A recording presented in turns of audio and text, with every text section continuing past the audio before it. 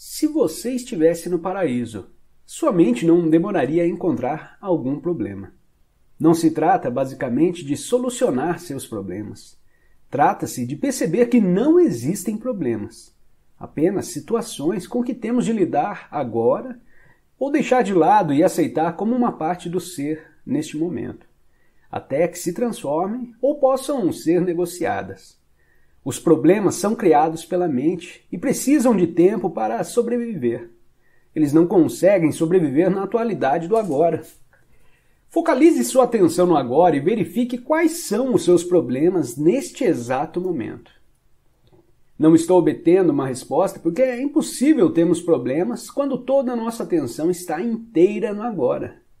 Pode ser que haja uma ou outra situação que você precise resolver ou aceitar. Por que transformar isso em problema?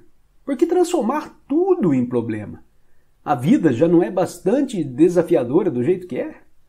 Para que precisamos de problemas? A mente inconscientemente adora problemas porque eles podem ser de vários tipos. Isso é normal e doentio. A palavra problema significa que estamos lidando mentalmente com uma situação, sem que exista um propósito real ou uma possibilidade de agir no momento, e também que estamos inconscientemente fazendo dele uma parte do nosso sentido de eu interior.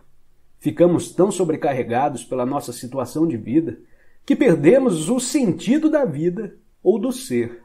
Ou então vamos carregando na mente o peso insano de uma centena de coisas que iremos fazer ou poderemos ter de fazer no futuro, em vez de focalizarmos a atenção sobre uma coisa que podemos fazer agora.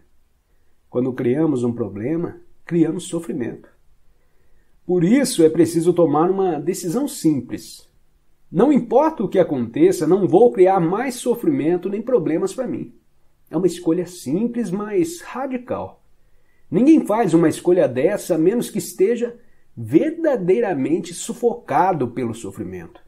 E não se consegue levar esse tipo de decisão adiante a não ser acessando o poder do agora. Se não criar mais sofrimento para si mesmo, você não criará também para os outros. Deixará assim de contaminar nosso lindo planeta, seu próprio espaço interior e a psique humana coletiva com a negatividade da criação de problemas. Se alguma vez esteve numa situação de emergência, de vida ou morte, saberá que isso não foi um problema. A mente não teve tempo para se distrair e transformar a situação em problema. Numa emergência de verdade, a mente para. Ficamos absolutamente presentes no agora, e algo infinitamente mais poderoso passa a dominar. Essa é a razão pela qual existem inúmeros relatos de pessoas comuns que, de uma hora para outra, tornam-se capazes de façanhas incrivelmente corajosas. Numa situação de emergência, ou você sobrevive ou morre. Em nenhum dos casos existe um problema. Algumas pessoas ficam furiosas quando me ouvem dizer que os problemas são ilusões. É que estou ameaçando afastar delas a imagem que têm de si próprias. Elas investiram muito tempo num falso sentido de eu interior.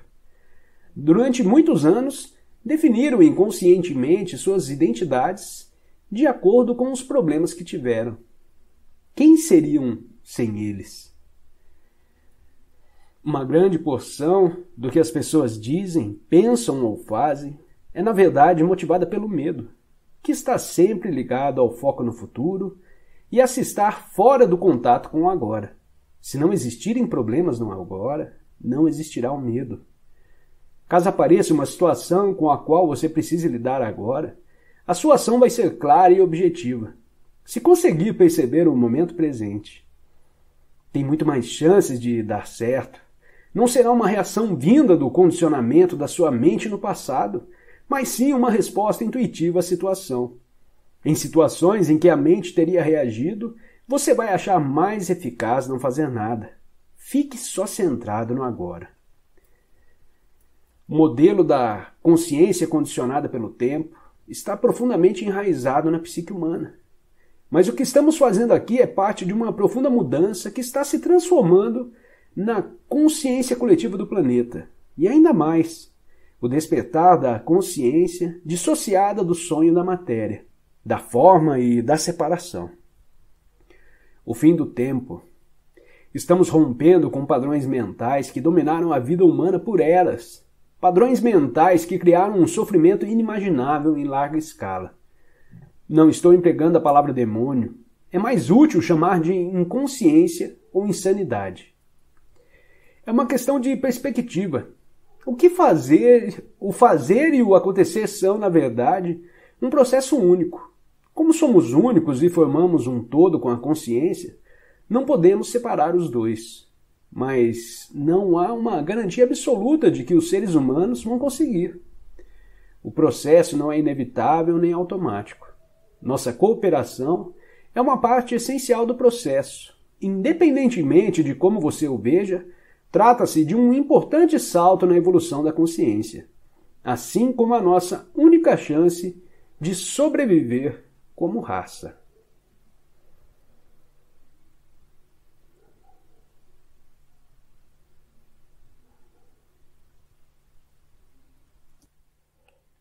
As coisas são como são.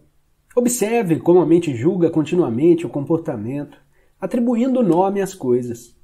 Entenda esse processo, cria sofrimento e infelicidade. Ao observarmos o mecanismo da mente, escapamos dos padrões de resistência e poderão, então, permitir que o momento atual exista. Isso dará a você uma prova do estado de liberdade interior, o estado da verdadeira paz interior. Veja então o que acontece e parta para a ação, caso seja necessário ou possível. Aceite, depois haja. O que quer que o momento atual contenha, aceite-o como uma escolha sua. Trabalhe sempre com ele e não contra. Torne-o um amigo e aliado, não seu inimigo. Isso transformará toda a sua vida como por um milagre. Enquanto não somos capazes de acessar o poder do agora, vamos acumulando resíduos de sofrimento emocional. Esses resíduos se misturam ao sofrimento do passado e se alojam em nossa mente e em nosso corpo. Isso inclui o sofrimento vivido em nossa infância, causado pela falta de compreensão do mundo em que nascemos.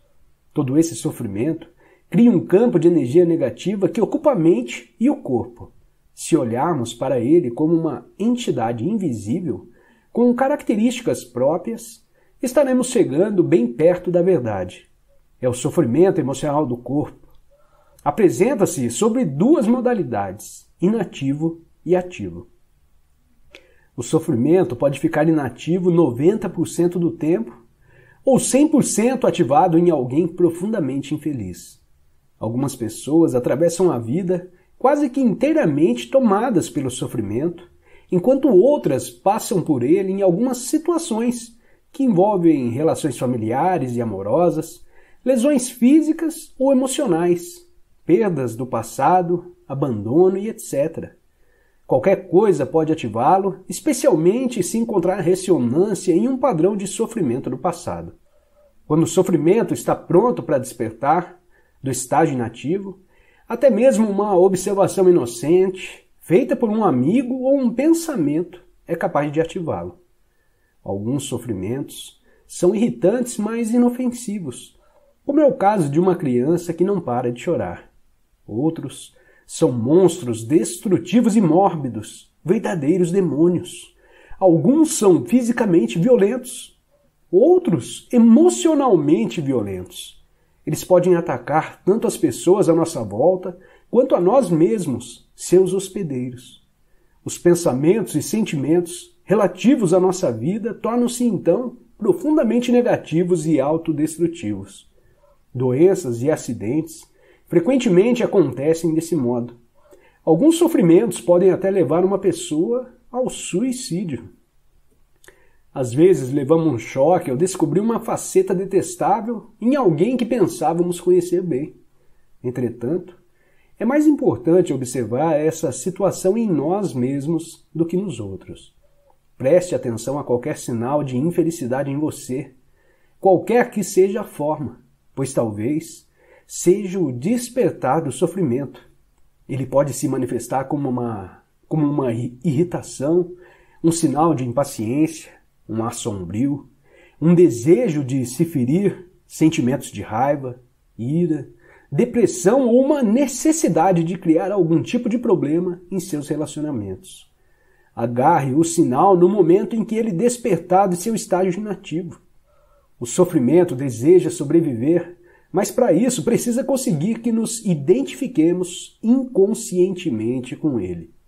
Portanto, quando o sofrimento toma conta de nós, cria uma situação em nossas vidas que reflete a própria frequência de energia da qual ele se alimenta. Sofrimento só se alimenta de sofrimento. Não se consegue alimentar de alegria. Acha indigesta. Quando o sofrimento nos domina, faz com que desejemos ter mais sofrimento. Passamos a ser vítimas ou perpetradores. Queremos infligir sofrimento ou senti-lo ou ambos. Na verdade, não há muita diferença entre os dois. É claro que não temos consciência disso e afirmamos que não queremos sofrer.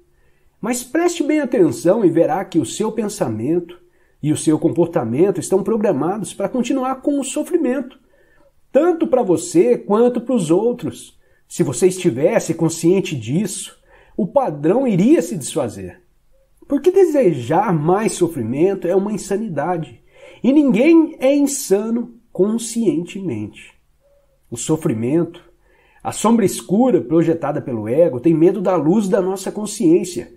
Teme ser descoberto, sobrevive graças à nossa identificação consciente com ele, assim como do medo inconsciente de enfrentarmos o sofrimento que vive dentro de nós. Mas se não o enfrentarmos, se não direcionarmos a luz da nossa consciência sobre o sofrimento, seremos forçados a revivê-lo. O sofrimento pode nos parecer um monstro perigoso, mas eu lhe garanto que se trata de um fantasma frágil. Ele não pode prevalecer sobre o poder da nossa presença.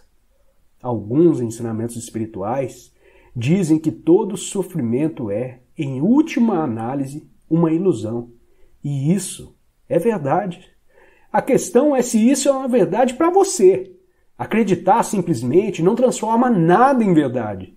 Você quer sofrer para o resto da vida e permanecer dizendo que é uma ilusão? Será que essa atitude livra você do sofrimento? O que nos interessa aqui é o que podemos fazer para vivenciar essa verdade, ou seja, torná-la real em nossas vidas. Portanto, o sofrimento não quer que nós o observemos diretamente e vejamos o que ele realmente é. No momento em que o observamos, sentimos seu campo energético dentro de nós e desfazemos nossa identificação com ele. Nesse momento surge uma nova dimensão da consciência. Chamo isso presença. Passamos a ser testemunhas ou observadores do sofrimento. Isso significa que ele não pode mais nos usar, fingindo ser o nosso eu interior. Então, não temos mais como alimentá-lo. Aqui está a nossa mais profunda força interior. Acabamos de acessar o poder do agora.